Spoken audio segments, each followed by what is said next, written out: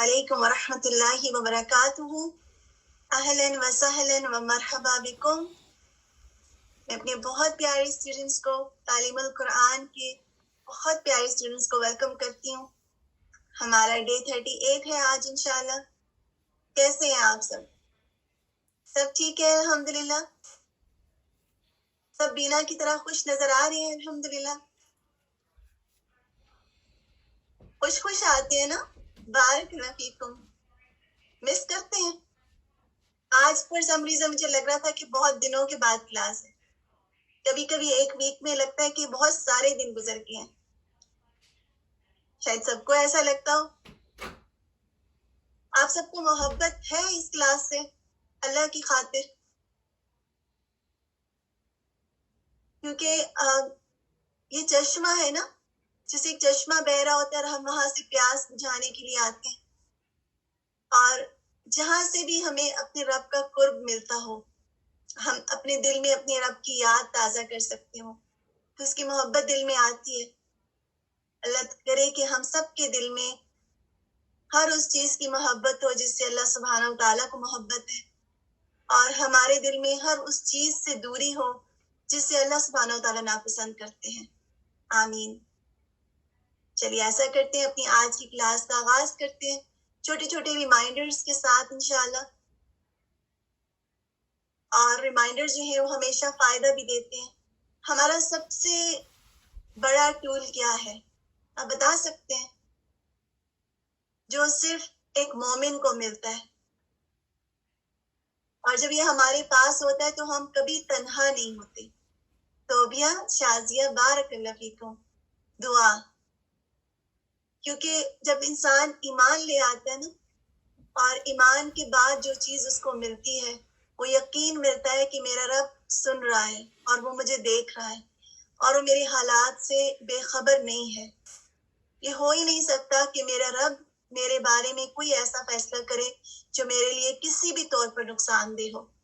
ان ربی قریب مجیب. بے شک میرا رب قریب ہے، وہ دور نہیں ہے. بعض اوقات ہم اپنے کامن ہو رہے حصول علم کی دعاز پڑھ لیتے ہیں تاکہ ہمارا ٹائم سیو ہو جائے انشاءاللہ. اللہم انی اعوذ بک من علم لا ينفع ومن قلب لا یخشع ومن نفس لا تشبع ومن دعوت لا یستجاب لها. یا اللہ میں اس علم سے پناہ مانگتی ہوں جو نفع نہ دے، اس دل سے جو نہ ڈرے، اس نفس سے جو سیر نہ ہو، جو بھرے نہ، اور اس دعا سے جو قبول نہ کی جائے. ابھی ہم دعا کی بات کر رہے تھے نا، تو اللہ سبحانہ و تعالی ہماری ہر جائز دعا کو قبول فرمائے، اور جو دعائیں قبول نہیں ہوتی ان کو ہمارے لیے آخرت میں محفوظ کر لیا جاتا ہے، یا پھر ان دعاؤں کے بدلے میں کچھ اور ہمیں عطا کر دیا جاتا ہے. ایک حدیث ہے سیدنا ابن عباس رضی اللہ عنہ سے روایت ہے کہ رسول صلی اللہ علیہ وسلم نے ایک شخص کو نصیحت کرتے ہوئے فرمایا، 5 چیزوں کو 5 چیزوں سے پہلے غنیمت جانو. اپنی جوانی کو اپنے بڑھاپے سے پہلے. جی رحمت النساء ابھی اٹینڈنس نہیں ہوئی ہے.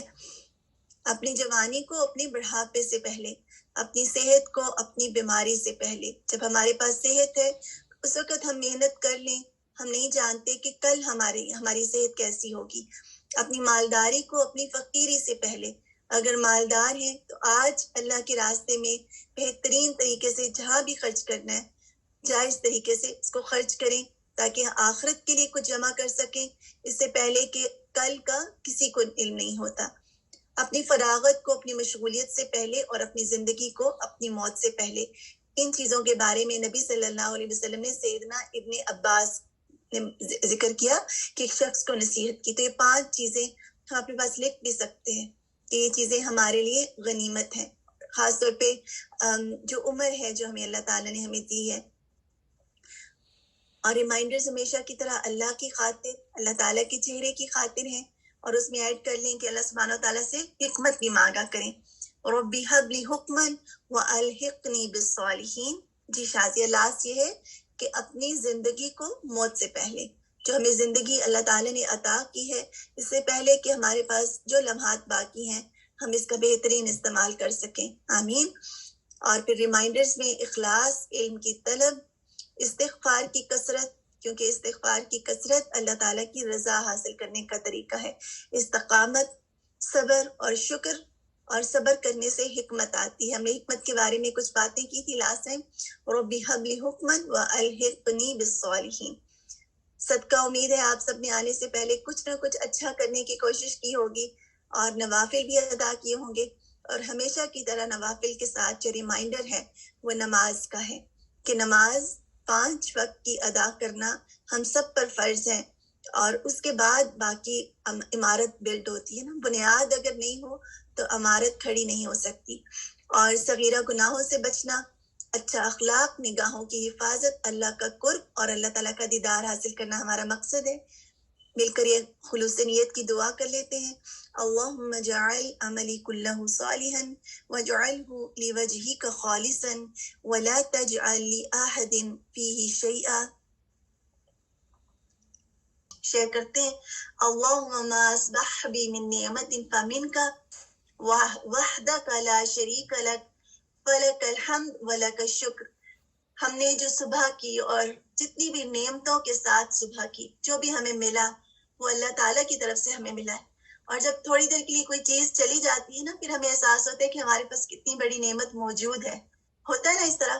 ابھی انٹرنیٹ کی نعمت کتنی بڑی ہے اور اس کا درست استعمال اگر ہو جائے تو کتنا فائدہ ہے. اور جتنا بھی کچھ ہمیں ملا ہوا ہے وہ سب اللہ کا دیا ہوا ہے اور اللہ کا کوئی شریک نہیں، اس کے جیسا کوئی بھی نہیں. تیرے لیے ہی حمد ہے اور تیرے لیے ہی شکر ادا کرتی ہوں. الحمدللہ ہمارا جو آج کا تفسیر کا سیشن ہے وہ کمپلیٹ ہوا. انشاءاللہ دعا کے ساتھ چھوٹی سی ڈسکشن کرتے ہیں انشاءاللہ. اور آج ایسا ہے کہ مائک اوپن ہوگا، لیکن جو صرف ہینڈ ریز کریں گی وہ مائک دے سکتے ہیں. لاسٹ ٹائم ہمیں بہت پیاری سسٹر نے ریکویسٹ کی تھی کہ سم ٹائمز لکھ نہیں پاتے فاسٹ، اور اس وجہ سے اگر مائک پر آ کر جواب دے سکے تو انشاءاللہ کبھی کبھی ہم اس طرح بھی رکھیں گے کہ مائک پر آ کر بھی آپ لوگ جواب دے سکیں انشاءاللہ. ٹھیک ہے. اعوذ باللہ من الشیطان الرجیم. بسم اللہ الرحمن الرحیم. رب اشرح لی صدری ویسر لی امری واحلل عقدۃ من لسانی یفقہوا قولی.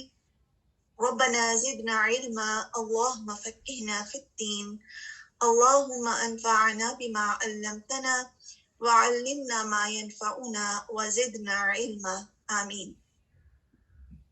سب سے پہلے تو یہ کہ جو آج کی آیات ہیں بہت زیادہ پاورفل آیات ہیں، کیونکہ ان آیات میں اللہ سبحانہ و تعالیٰ کا ایک بہت بڑے حکم کی بات ہے. یعنی تمام احکامات بہت بڑے ہیں لیکن ایک گناہ کبیرہ کی بات ہے.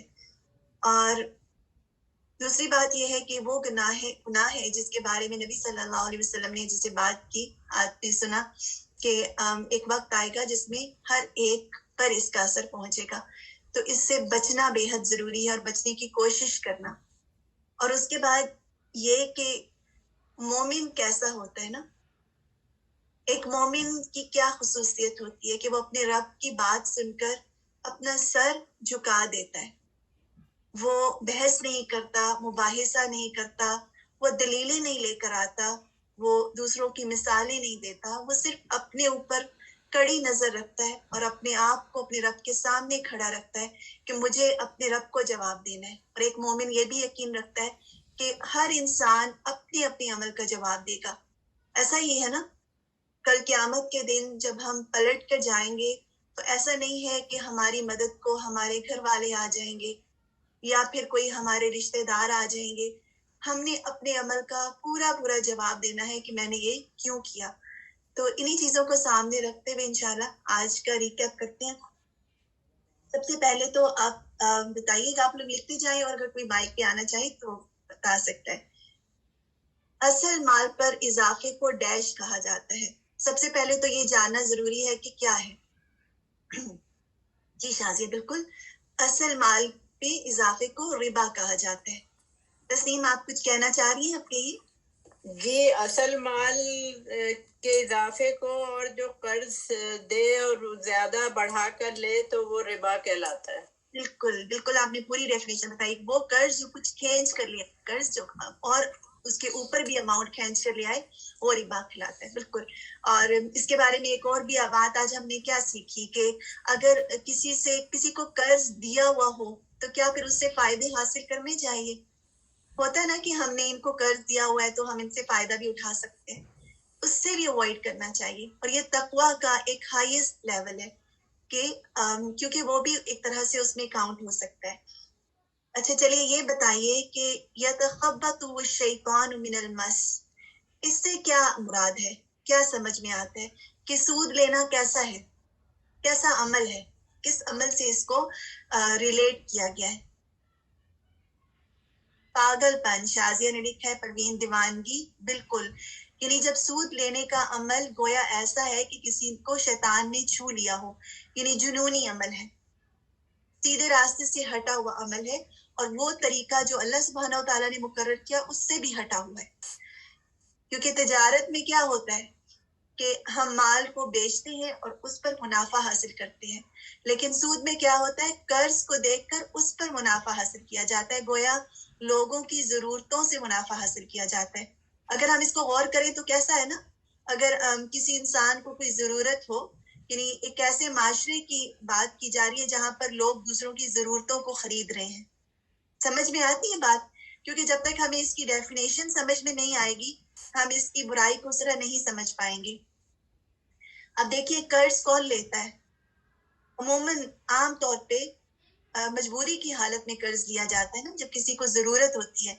اب جو انسان مجبور ہے اور بعض اوقات کسی کی بہت شدت کی ضرورت ہو سکتی ہے، ایسے میں اس سے قرض بھی دینا اور پھر اس سے قرض کے اوپر اماؤنٹ بھی لینا ظلم ہے نا.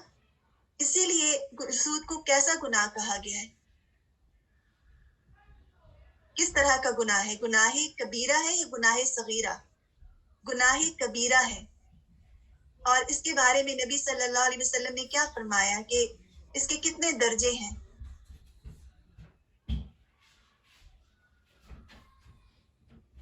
جی مجھے 1 منٹ دیجیے.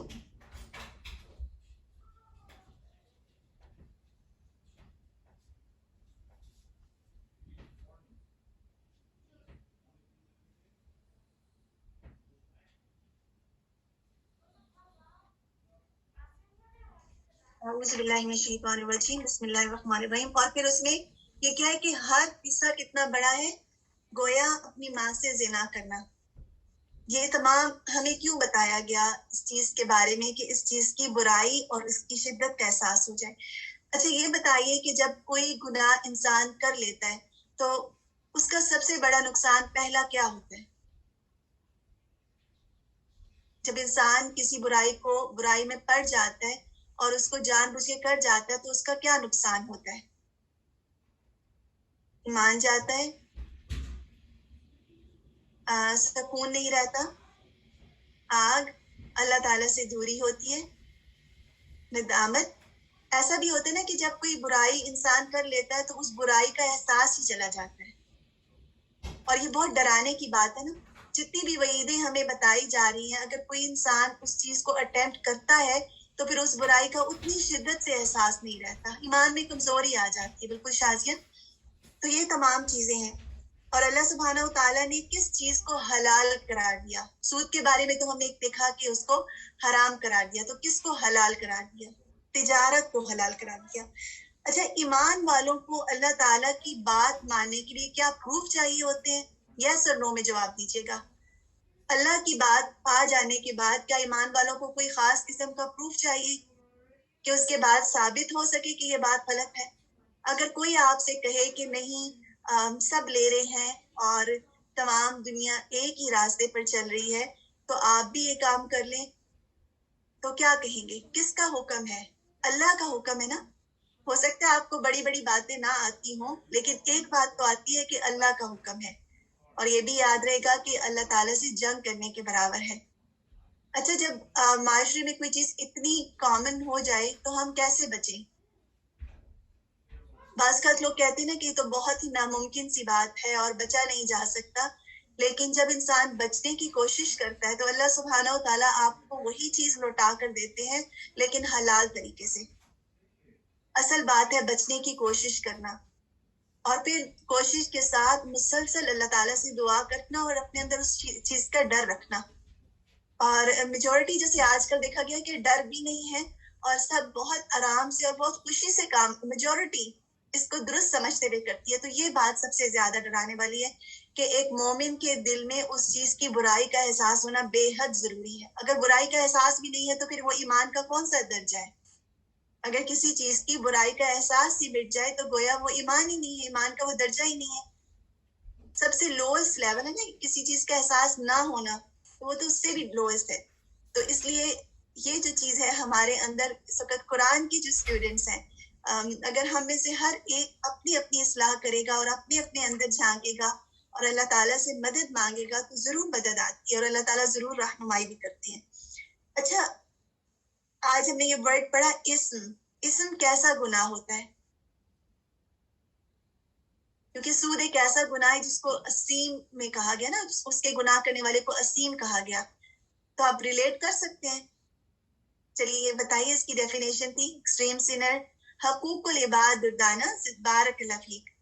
حقوق العباد میں سے جس میں کمی کی جاتی ہے, تلفی کی جاتی ہے, ایسے گناہ کو اسیم کہا جاتا ہے.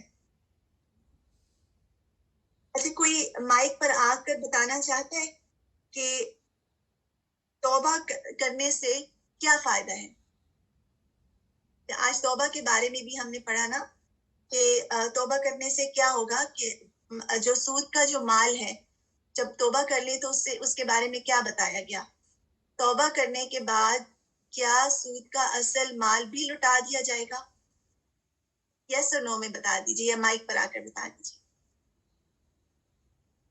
اس میں بھی اللہ تعالیٰ کی رحمت ہے نا کہ جو سود لیتے ہیں اور یا دینے کا کام کرتے ہیں, اگر ان کو اس بات کا احساس ہو جائے تو اصل مال تو ان کا رہے گا, لیکن اس پر جو وہ سود حاصل کرتے ہیں وہ اس کو معاف کر دیں, اس کو نہ لیں, لیکن اصل جو ہے رؤوس و اموال وہ لیا جا سکتا ہے.